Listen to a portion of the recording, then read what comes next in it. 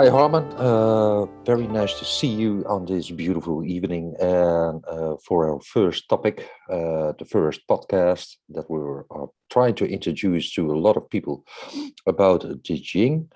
And first, we want to talk about a little bit about ourselves, what we're going to try to do with the podcast, to see what kind of hexagram is related to this day, to see what kind of energy is around the start of the podcast.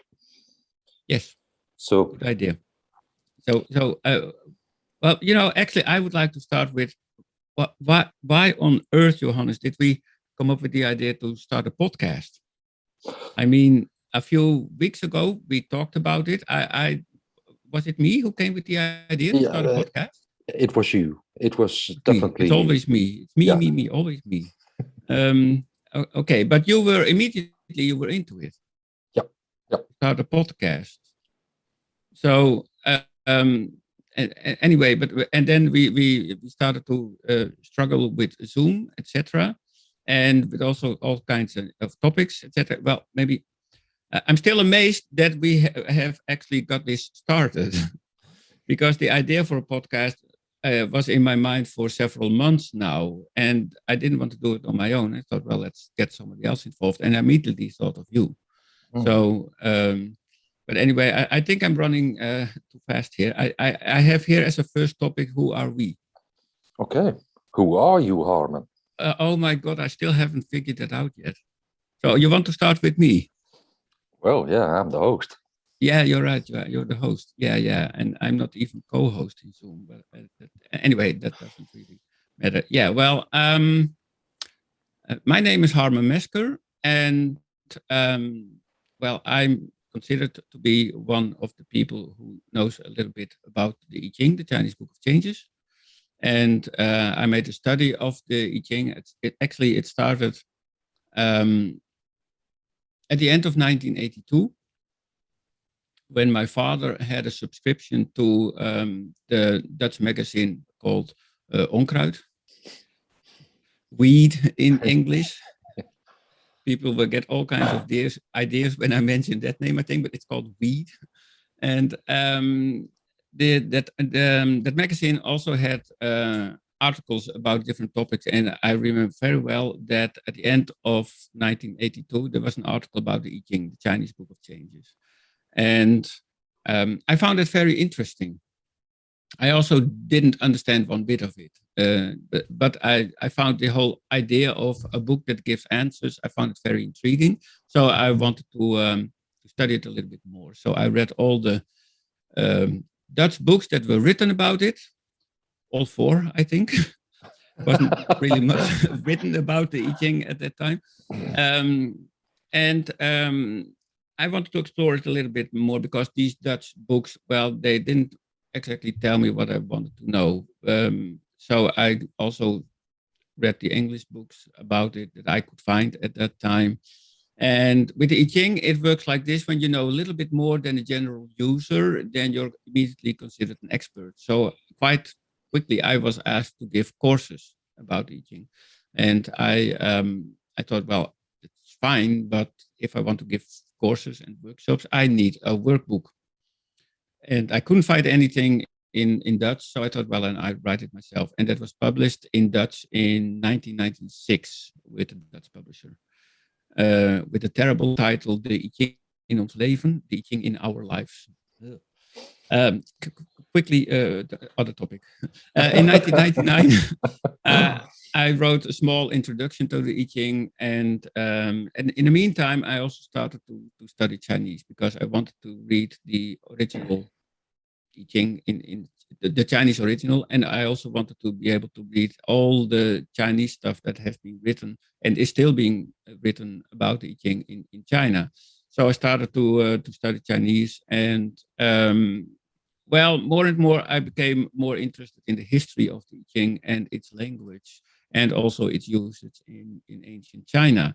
And these, I think, are the three main topics that I'm working with. And so my own personal research in I Ching always revolves around this period from around, let's say, 1000 BC to around 700, 600 BC, because that is supposed to be the period in which the I Ching is written.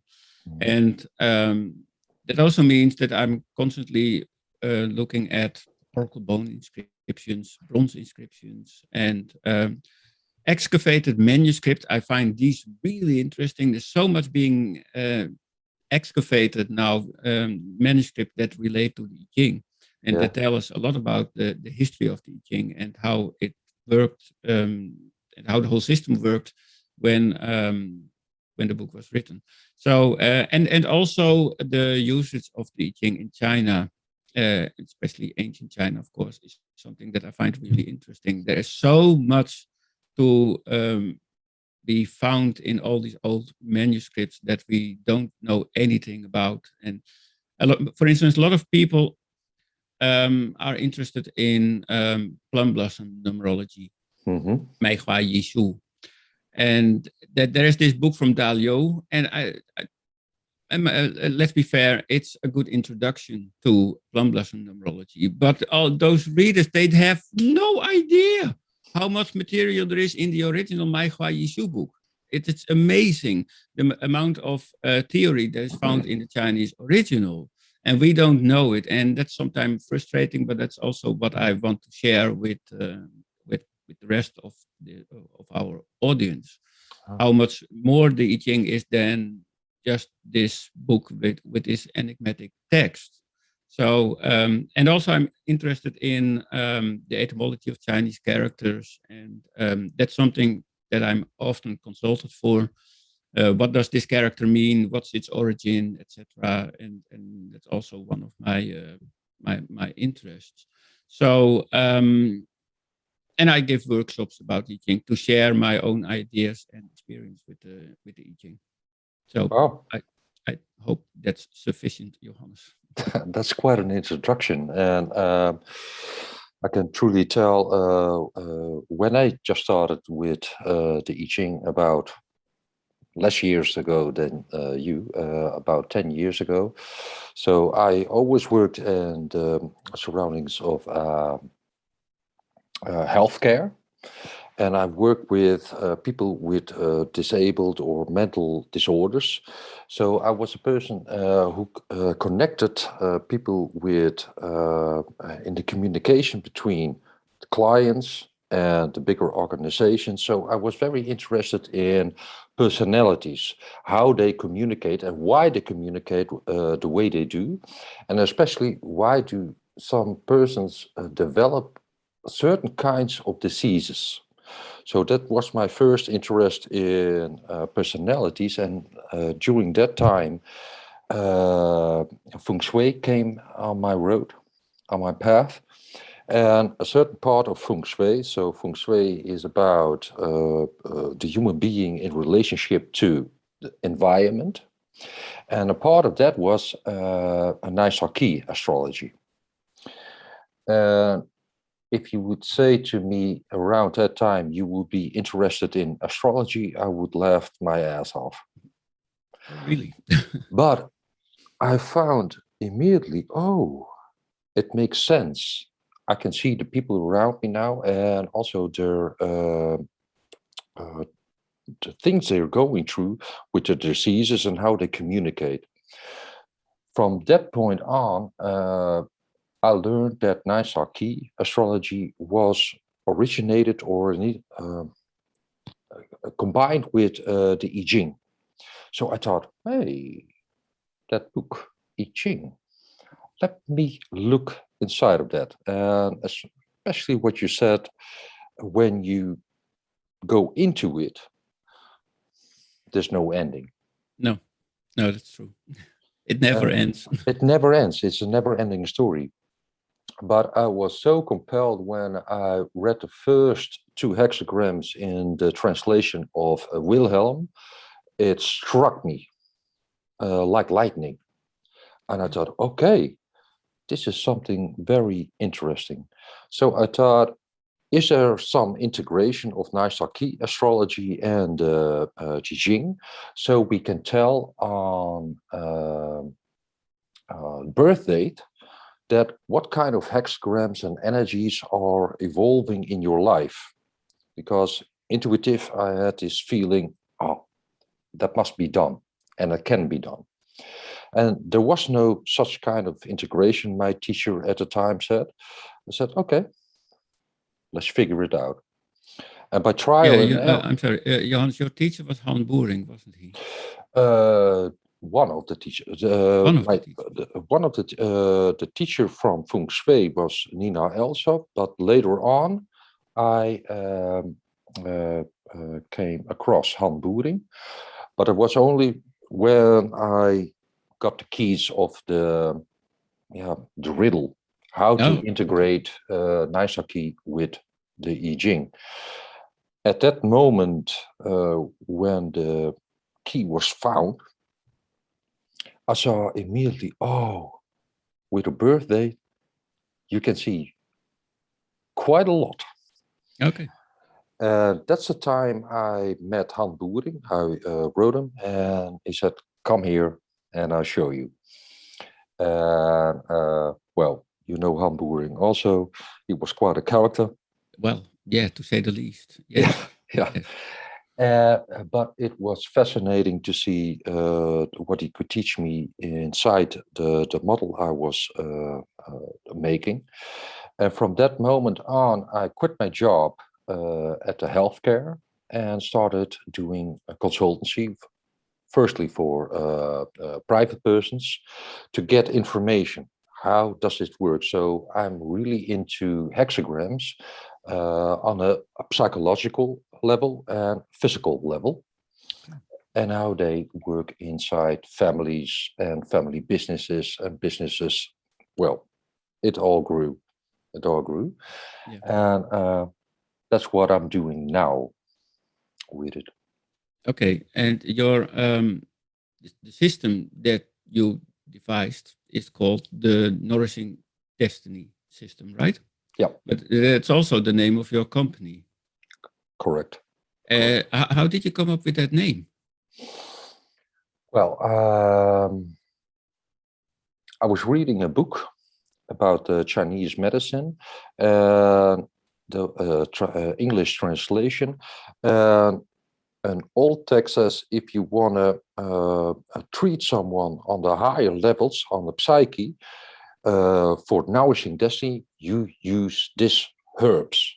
And I was very intrigued by that little sentence. If you want to nourish destiny of someone, I thought, okay, that's just amazing.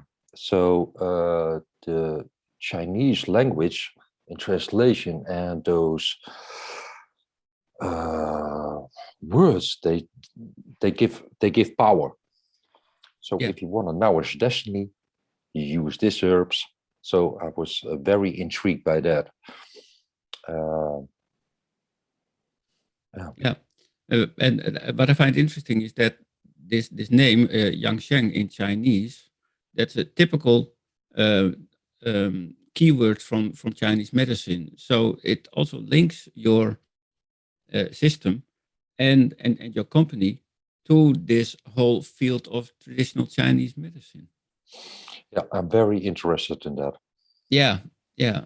So, but you use your system for companies and also for well individuals, and also with this medical aspect.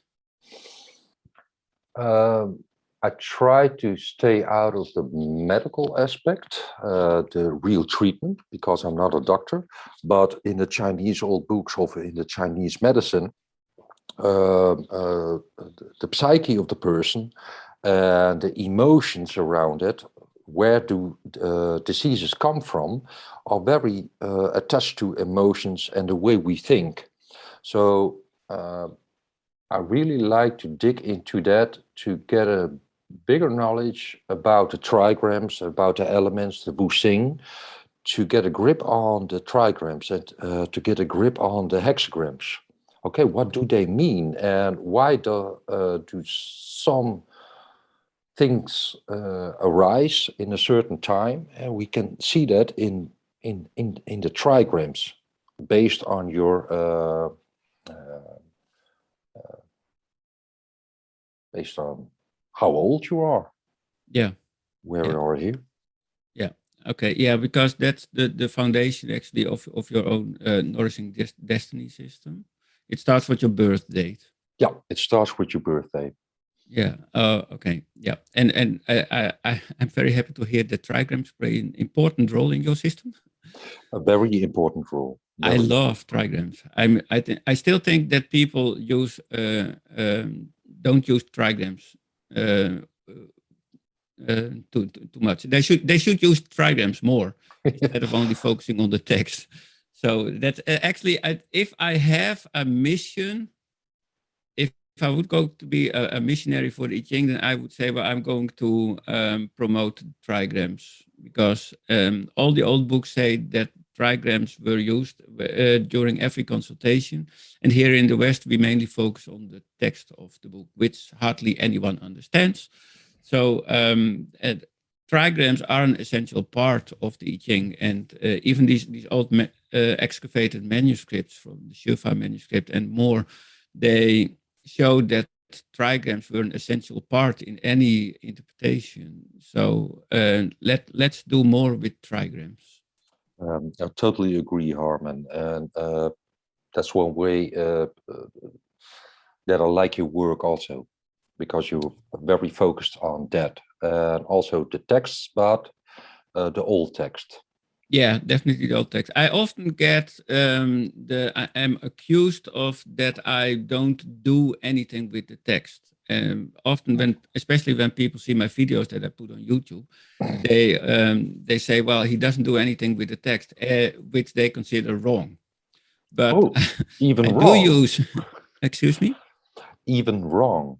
Yeah, I'm wrong, because I'm only using, they think I'm only using the hexagram and I don't do anything with the text of the I Ching, but that's not really true.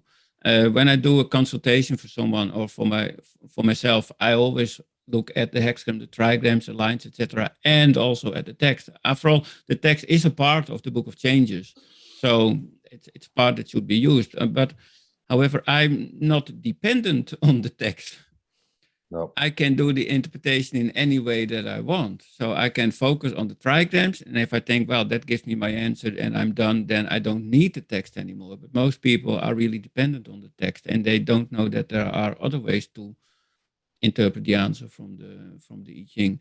So, but many people often think that I don't use this the text from the I Ching, and they don't even know that I'm working on my own translation. So they only think I'm doing something with I only use the trigrams, and I find the text really important. On the other hand, most books already emphasize the text of the I Ching, and most books don't do anything with the trigrams, etc. So that is why I am putting so much emphasis on the trigrams and the hexagrams, because it is a neglected field in this whole area of I Ching studies. Is this So a neglected field in the West or also in the East?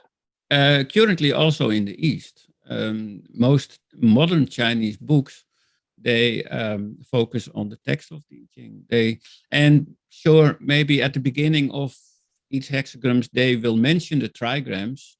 Upper trigram is mountain, and the lower trigram is fire, whatever. And they say a few words about trigrams, and that's it. Yeah. Okay. Not really how you can use it in a divination session. So, whereas when you look at the old examples, especially the examples, the few examples that we have in the Tot One, then you see that with almost every interpretation, the trigrams are used. They're giving a specific place in the interpretation. But even these excavated manuscripts, like the Baoshan Divination manuscript and the Jingfa Shifa manuscript, they based the whole interpretation solely on the precision of the trigrams. Mm-hmm. And it seems to me that that was something that was quite normal at that time. And it is practice that we have, for some reason, we have lost. So that is at least something I would like to introduce again, usage of trigrams. Well, I have a ring with trigrams on it. I even have a trigram fidget spinner. So I have trigram dice. So You're bound to do it. yes, there are also so many ways to do something with trigrams. So Yeah, anyway, it gives so much more ways to see a hexagram, yeah, yeah, and it gives so much more symbolism and things you can do with it. But I find it, I don't know about you, Harman, when you teach people, you also give workshops, you said. I also give traineeships, you also give traineeships. Uh, we do it a little bit like the same, teach the trigrams, but still people are still bound. Go inside the book and read it. Uh, Mostly I find it a bit difficult. Keep the book shut. yeah, definitely. Yeah. Students are stubborn, are really Very stubborn. stubborn, very stubborn. Yeah. So at the moment, I have this course running about the hexagrams and the trigrams. And I explicitly said, we are going to pretend as if there is no text in I Ching. We're just going to do as if there's only a hexagram with trigrams. There is no text in the Book of Changes. We're going to pretend that there is no text. So what does a student do? He Yeah. posts a question about the text of I Ching. Okay, and of course I answered the question, but I Oh, and also I ask people to add their own consultations to the discussion board of my of the learning environment, mhm. and I asked them to work with the hexagram and the trigrams, and so many students still also refer to the text, often with the sentence following something like, well, I don't understand one bit of it, but I'm going to mention it anyway. I think, what do you expect me to do? I mean, this course is about the hexagrams and the trigrams. It's not about the text. So I'm going to ignore whatever you're going to say about the text. So really, as you say, people find it really difficult Very because difficult. I ask of them to ignore the text, and still they will have something like, well, then they have the thing, and then they have something like, well, okay, I'm going to ignore it. Yeah, What? And yeah, then they don't understand one bit of it, and that's always the problem with the text. And all these discussion boards on the internet, they're mainly filled yeah. with discussions, I Ching sessions, divinations, of which people don't understand the text. No. That's what most of these cases on discussion boards are about. I got this hexagram from the I Ching, and it gave me this text. Yep. What does it mean? Yeah. And Okay. Yeah. That question. and I think, and what at least that's what I hear from my students. It's when they focus on the trigrams. You only have 8 trigrams. Everybody can learn 8 trigrams, but you have 450 different pieces of text. Yeah. And 8 trigrams, that's manageable. And when you can learn the basic associations, and especially through trigrams, you can learn that the I Ching works through images, through Shang, Yeah. and that the I Ching is more than just words. Many people, when they read the text, they think, oh, what does this mean? But what you should think is, what does it say? Yeah. What picture is it giving me? What because in most line texts are pictures told with words.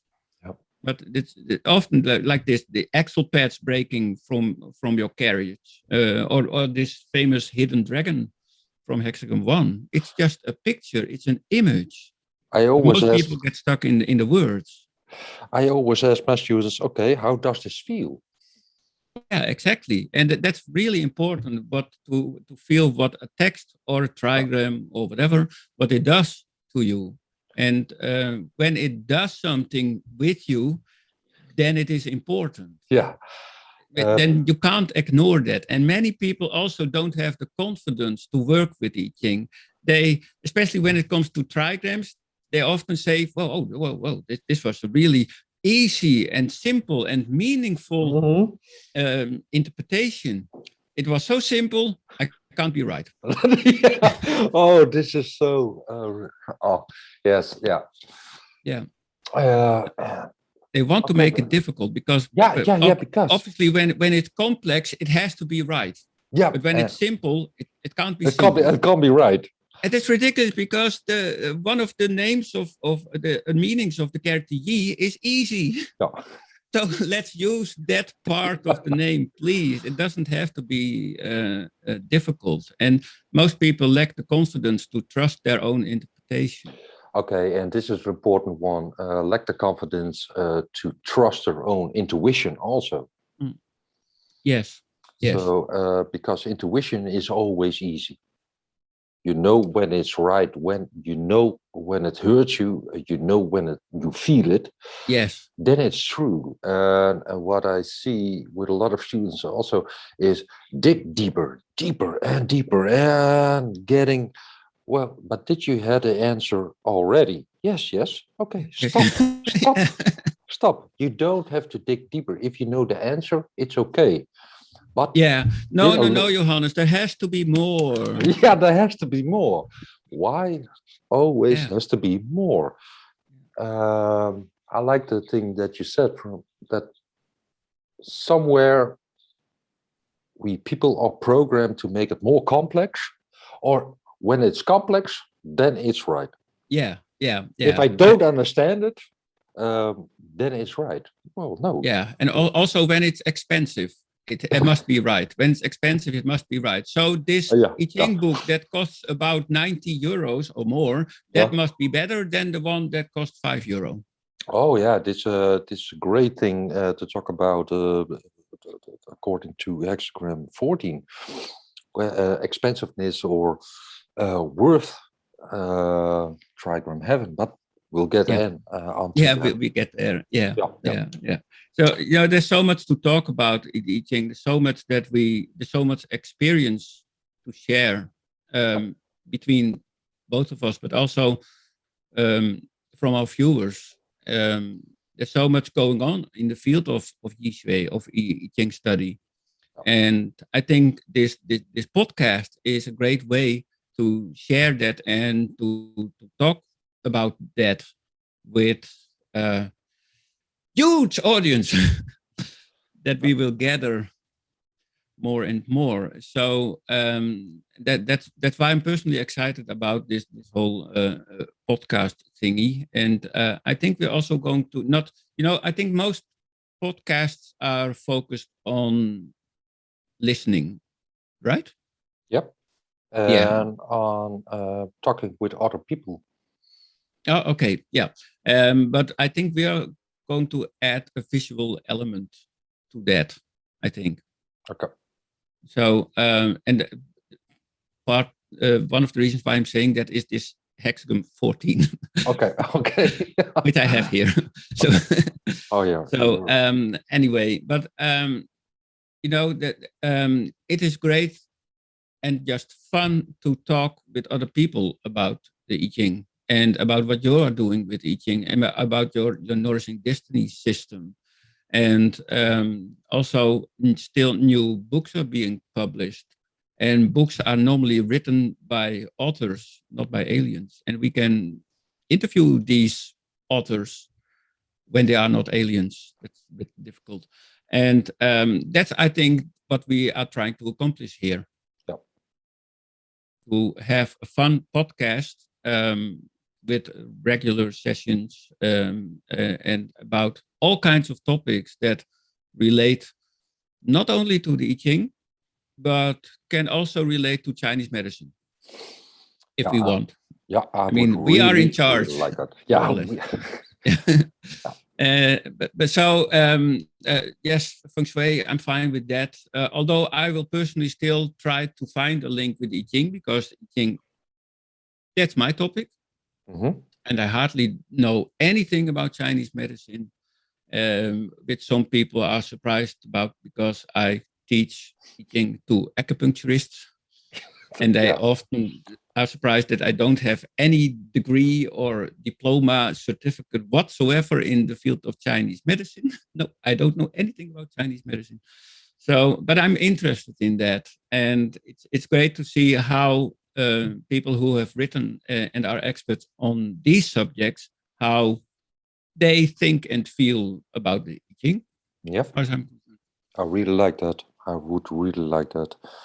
but you do know about the Wu Xing, you do know about how this thing relates, and it would be awesome to talk with some specialists in the field, Yeah. and to see how Wen Gua relates to certain topics, to see how these things relate, and just talk and listen. Yeah. So we can also learn.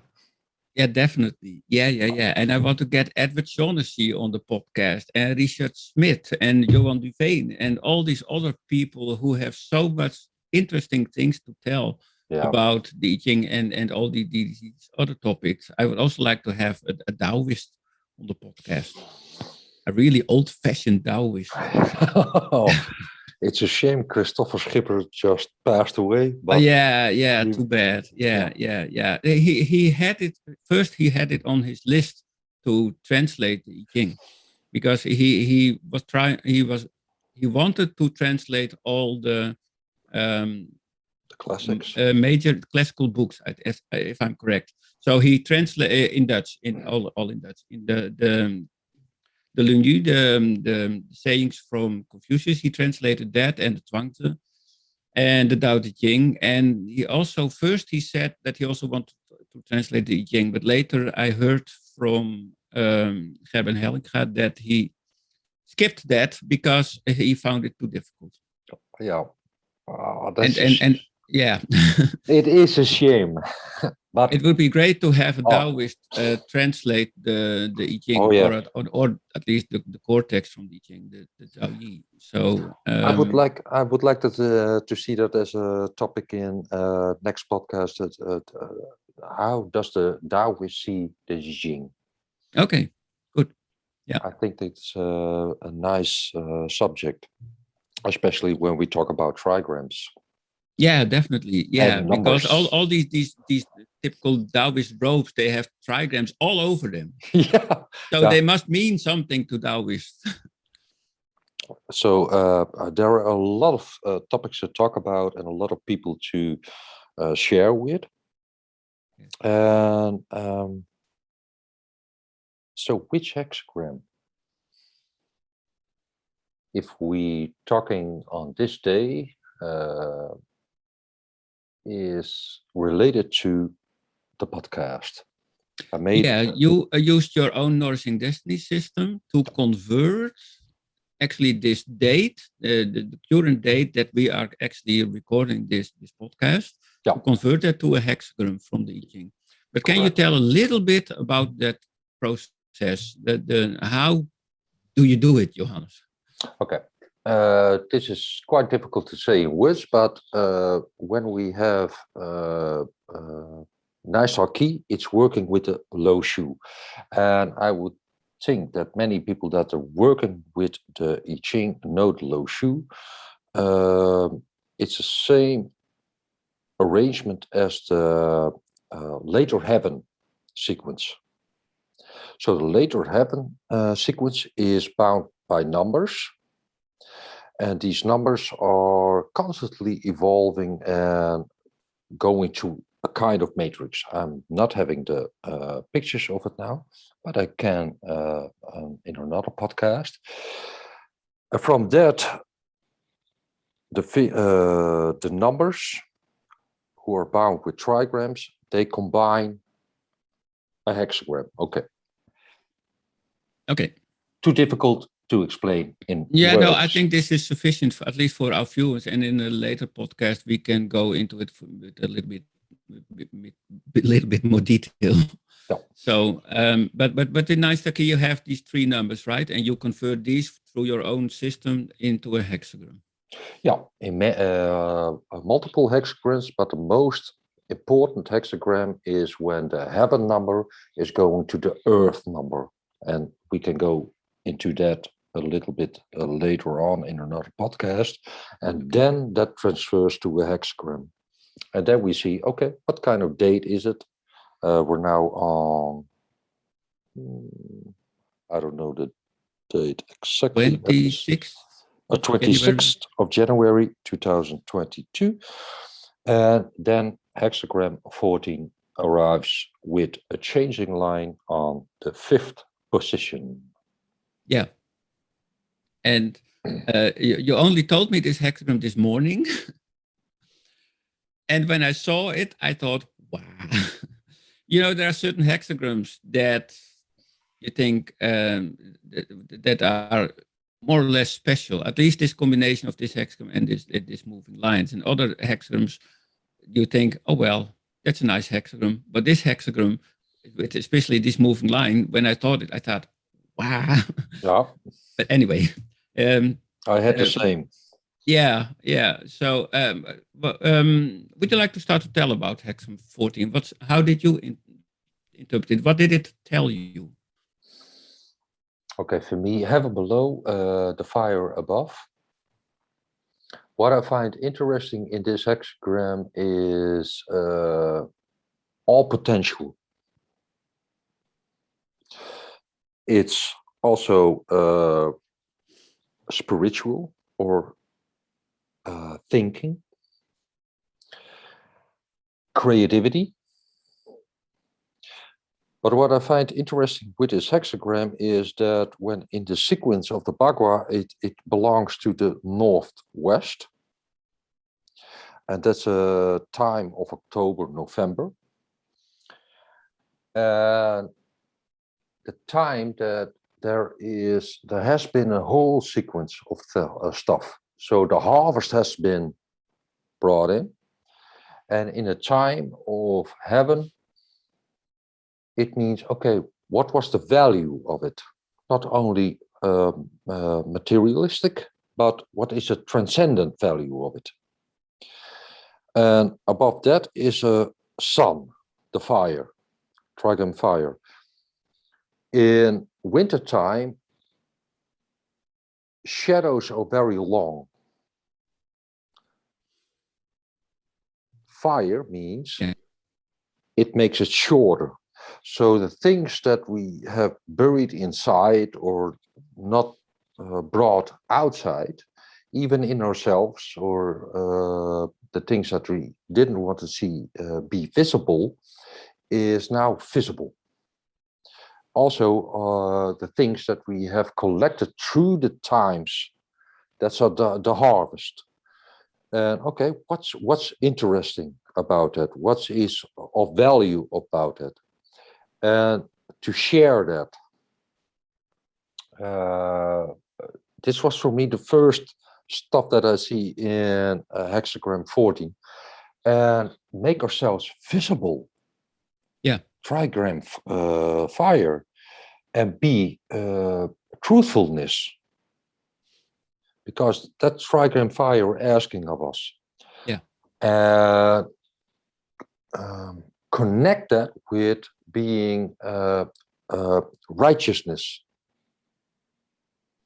Connect with your inner value, and not of what the ping, ping, ping, ping does, but what is our own inner value and how we can get it out.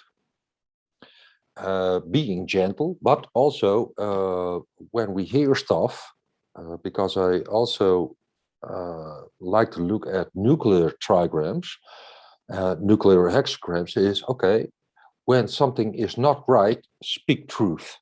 Yeah. Speak truth, whatever it may be, but speak truth. So I can say whatever I want. Yep, absolutely. Good. But be gentle. Oh, this is going to be so much fun. Yeah, this is going to be fun. Because there is a lot of metal going on. There's element metal going on in this hexagram, if we take the nuclear hexagrams. And metal is for purification, for, well, this is right, this is wrong, and being righteousness about it. Okay. So with dignity. Yes. Well, when we have a guest on our podcast, I will be sure to ask very critical questions. That's a nice metal word. Okay. Critical. Yes, of course. Critical. Yeah. Okay. There's so much more to say about this hexagram, but What did you see? What did Yeah. you Well, think? I'm going to take my whiteboard and share my whiteboard because I Perfect. find that easy to work with. Otherwise, I'm going to forget things. So I'm going to use this green share screen button. Hmm. Where's my whiteboard? Here's my whiteboard. Ta-da! So as you can see, I already prepared this. I am prepared. Hmm. So, and for me, this, even though this is the first episode of the podcast, I saw this hexagram as saying something about this idea of a podcast.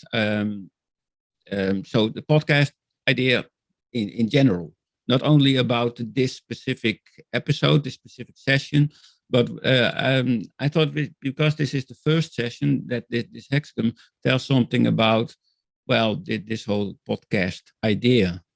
And what I found interesting is that the lower trigram is heaven, as you also perceptively noticed. And I consider the low trigram that's us, that's you and me. Yeah, We are the creators of the podcast. And that automatically means that the upper trigram, that's our audience. And so these are the viewers and the listeners.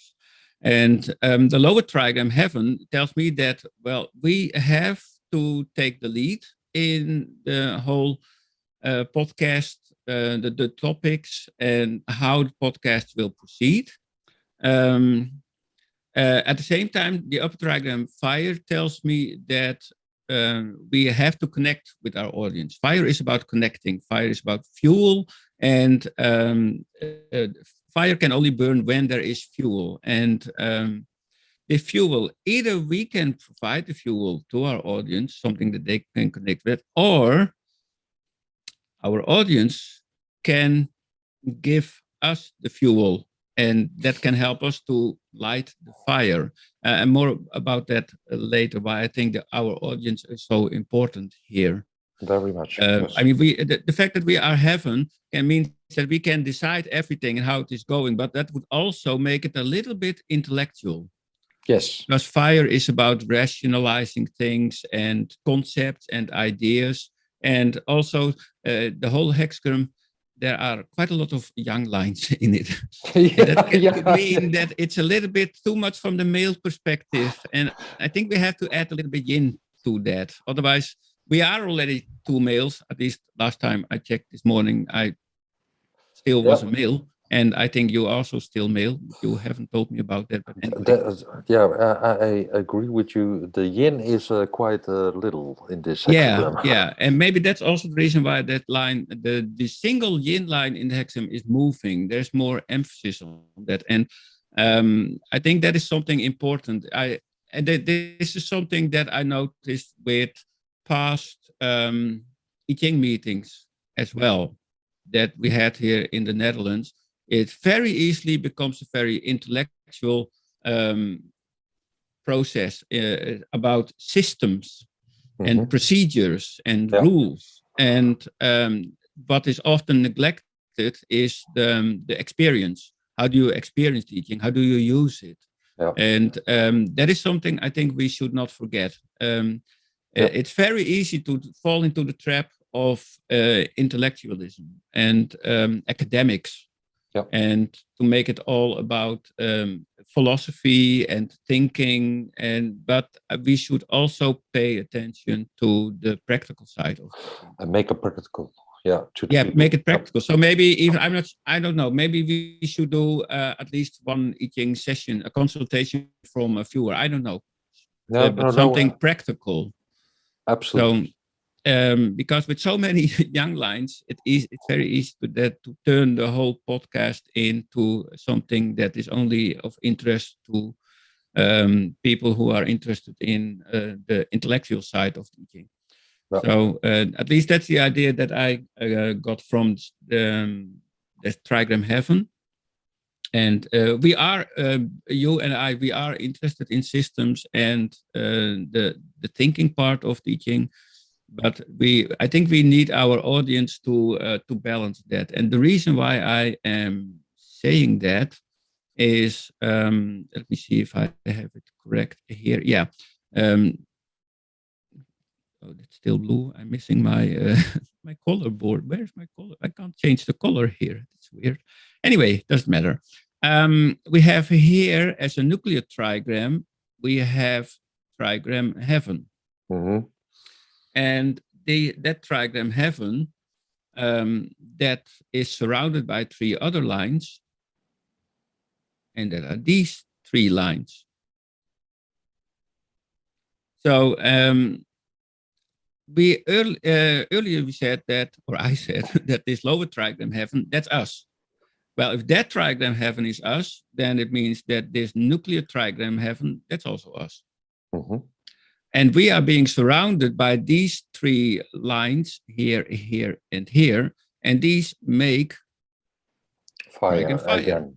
But isn't that interesting? Because we have already seen these two trigrams, fire as a lower trigram, upper trigram, and trigram heaven as lower trigram. But this time we have trigram fire that is surrounding this trigram heaven. Otherwise said, that trigram fire is more or less controlling trigram heaven. Yes. And if fire is the audience, which is my interpretation of fire here, then it could indicate that fire is controlling us. We do need input from our audience to make this podcast a success. Yeah. Because otherwise we will lose our audience and we can't monetize our channels. Not that I'm interested in that, by the way. But anyway, we need our audience here. Yeah, absolutely, absolutely. This is totally in agreement. What I saw it is because fire is also strong and controlling the heaven, but in this case, I would see that is just a good case because when fire controls heaven, we will not get to intellectual and need exactly. connection with it. Yeah. We're tipping to a nice subject over here, the Bao Ti. I'm not sure if I'm pronounced it right, but we're not going into that now. No. That will be too intellectual. But if you want to know more about Bao Ti,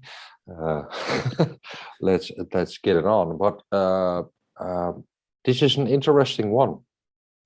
And I see it as the same because it also shades our shadows away. Okay, do not be too blunt, do not be too intellectual. We will see how it works, how we do it. Yeah.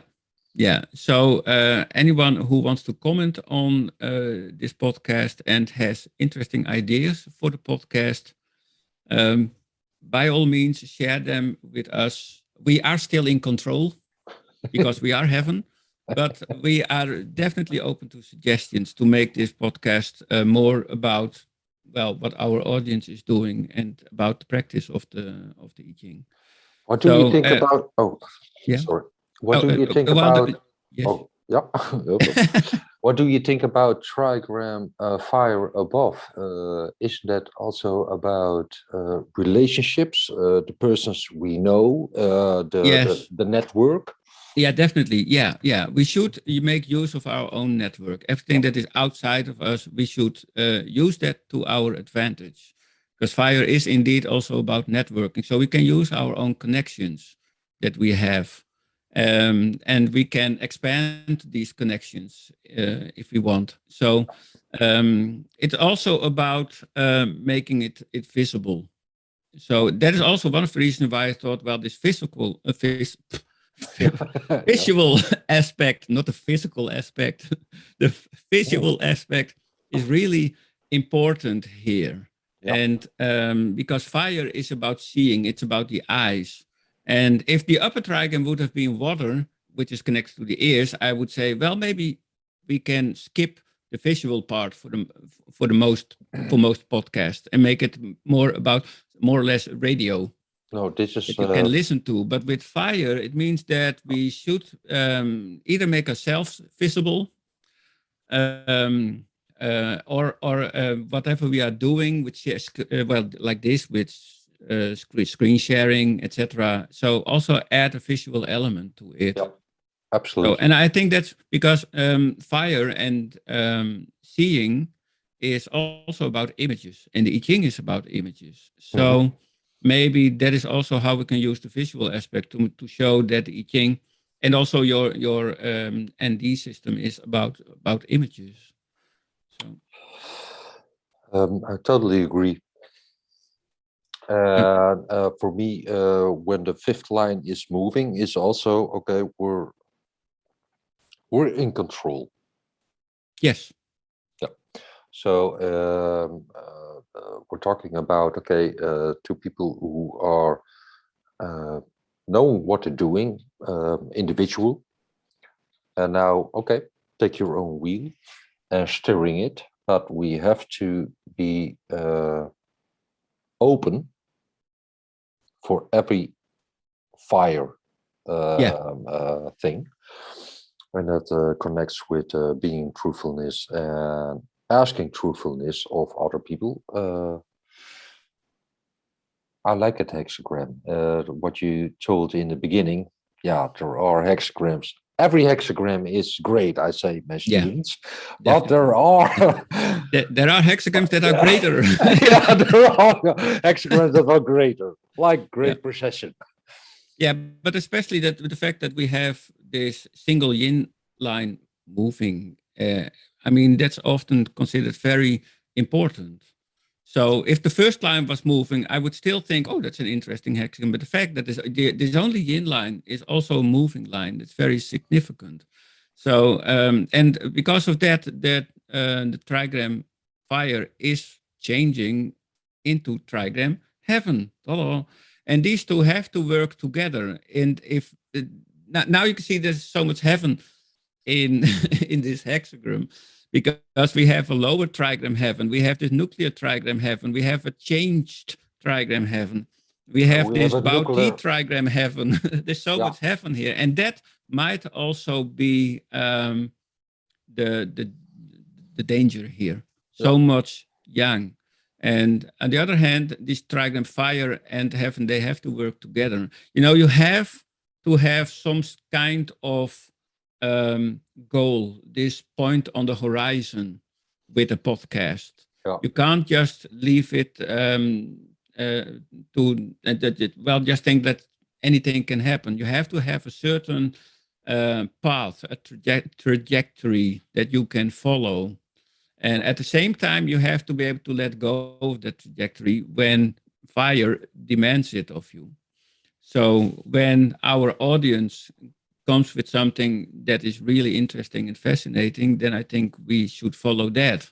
Yeah. So we should remain flexible, but Yang in itself isn't really flexible. Yang No, is mainly about choosing a direction, and that's where we're going. yeah.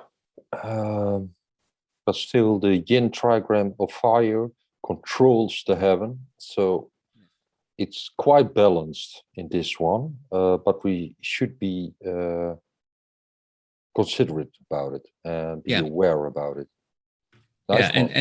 and when we were talking about guests on the show, we talk. I mentioned Edward Johannes here, Richard Smith, and Johan Duveen, and I think we should also add Sarah Allen and Constance Cook, Yeah, and I forgot her first name, Margaret Pearson, who translated the I Ching. So we should not forget that there are also women working with I Ching. oh no, Oh, no, no. Yeah, especially women, I guess. yeah, Especially women. But the yin side of the G and how to respond to the G. So the intuitive side, we could also bring inside. yeah, definitely. I know Yeah, you're more the intellectual side, but like the if it wasn't in the old texts, okay. yeah, But we could seriously consider to also give room to guests to, okay, their own vision, their own yeah, yeah, plan. yeah. What do you think Exactly. about Yeah, it? that's a different kind of story. But I think I'm more of the intuitive and that way, and you're more okay. If it wasn't in the books, Yeah, exactly. I'm very young, but when it comes to that, when it isn't in the old books, I'm not going to use it. I'm not going to teach it to my students. People often ask me about nuclear hexagrams. Well, I'm sorry, nuclear hexagrams weren't used in ancient China, so I'm not going to teach it to you. If you want to use them, fine, but you don't ask me to explain nuclear hexagrams to you because that's a concept that is really, really young in the history of the I Ching. So, and that's how young I can be, how rigid I actually can yeah, be. yeah, So, yeah, yeah. And my path is from experience when you use nuclear hexagrams, yeah, especially in psychological ways, they're very, very useful. yeah, So I would like to, in a different podcast, to change views with you or a different person, whatever, yeah. because Yeah, good idea. You know, when I say I'm not going to use it, doesn't mean that I find the whole concept useless. no, no, I That's know. not what I mean, but that's often what people, how people interpret what I say. When I say I'm not using it, they interpret it as if I'm saying I find it useless. No, definitely not. I mean, nuclear hexagrams and all other kind of systems can be useful, but I'm focusing on this old usage of the I Ching. Yeah. This old usage doesn't know nuclear hexagrams, therefore I'm not going to use it. So, but it definitely a useful concept, of course. I like your strictness in that. I Yeah, it's really do. terrible. It's terrible. Okay. And you have a text inside it. Yeah, but I wasn't quite done yet with the Yeah. hexagram because, and it's very difficult because for some reason the bar where I can choose the color is out of view. So, but we have here another nuclear trigram, which is lake, and that is surrounded by. Oh, this is really going to become a mess, Johannes. It's terrible. It's becoming intellectual. Yeah, it's very intellectual. It looks like my living room. Um, and it's surrounded by, again, trigram heaven. And Yeah. heaven, in this case, is controlling lake. And lake to me has to do, at least that's one aspect that I immediately had to think of, with superficiality, superficial. Mhm. So only scratching the surface. And that is being controlled by heaven. So what we should try to avoid is that our podcast gets superficial. Okay. We can go deep, We can go um, deep. Uh, but it should be more than um, uh, I have this I Ching. I draw this I Ching card. It has a very nice image on it. Oh, it's a very beautiful image. Oh, it's an mhm. image of a horse and someone is riding it. Oh, such a beautiful image. Okay, this is one direction of Trigram Lake. Another thing about Trigram Lake, I find, because the top line is open, is spirituality and being intuitive. Yeah, So it could also mean we should not allow intellectuality of the heaven to top off our intuitive stuff. It goes both ways. Of course, Trigon Lake can be superficial or talk too much yeah, and throw around too much uh, gossip or like that. But it could also say, okay, let's feel what goes around. yeah. Let not overtop that with being the authority. No. Okay, good. Okay. It, and you mentioned the text. Yeah, I also looked at the text of Hexagon 5 because I do use the text of the I Ching. So this is proving all my critics wrong. And I always look at the Chinese original. But in this case, I also added the translation from Stephen Field's book, The Duke of Dao Changes, to it because I like his translation. And the text talks about Fu, which is confidence, and was mutual and awe-inspiring. And I found that very interesting because the character Fu not only means that you have confidence, but you also inspire it in other people. And I found that an interesting idea for a podcast because it helps you to focus on or to choose the topics that you want and the people that you want for your podcast. It should be something that inspires people to have maybe confidence in their own works with the I Ching or the other topics that we will discuss on the podcast. And well, that in itself gives good fortune. G better than this cannot get any better than this in I Ching. When you have G, there's nothing that tops G. So and it also has to be awe-inspiring. And this character here, Wei, this character there, that also means that there's some kind of authority involved in here. So what this tells me is that our podcast should have this idea of authority. It should not just be another podcast about the I Ching, but it should be a podcast that has some sort of authority, and that by this authority is inspiring people. So, and that's what I found interesting in this text. So we have quite a lot on our plate, Johannes. And beautiful, beautiful. Yeah. Well, Harman, thank you for this confidence also, because it's all inspiring for me too. Yes. And let's try to bring that abroad as big as we can. And I hope people who listen to this enjoyed it. Yeah.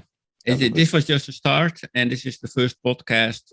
And maybe we did it a little bit clumsy, but it will improve in time. And I think, I found already this session I found fun to do. Yeah. Just to be able to talk about the I Ching and just to say anything you want. And it doesn't really have to be structured. We can just talk about anything that comes to mind. And I find that a very pleasant idea. So, and the idea that we're going to invite other people, other guests, I think that's going to be really exciting. Yeah, truly, truly. I really enjoyed this, Harman, and I'm really looking forward to other people to meet and to bring this bigger. And I really hope that the audience enjoyed it too. Yeah, I hope so too. We're going. But they can comment on this, right? Of course, yeah. And what they want. Definitely. Yeah. Okay, Harman. Okay. Thank you, Johannes. It was fun. Bye-bye. And see you next time. See you next time. Okay. Bye, Johannes. Bye-bye.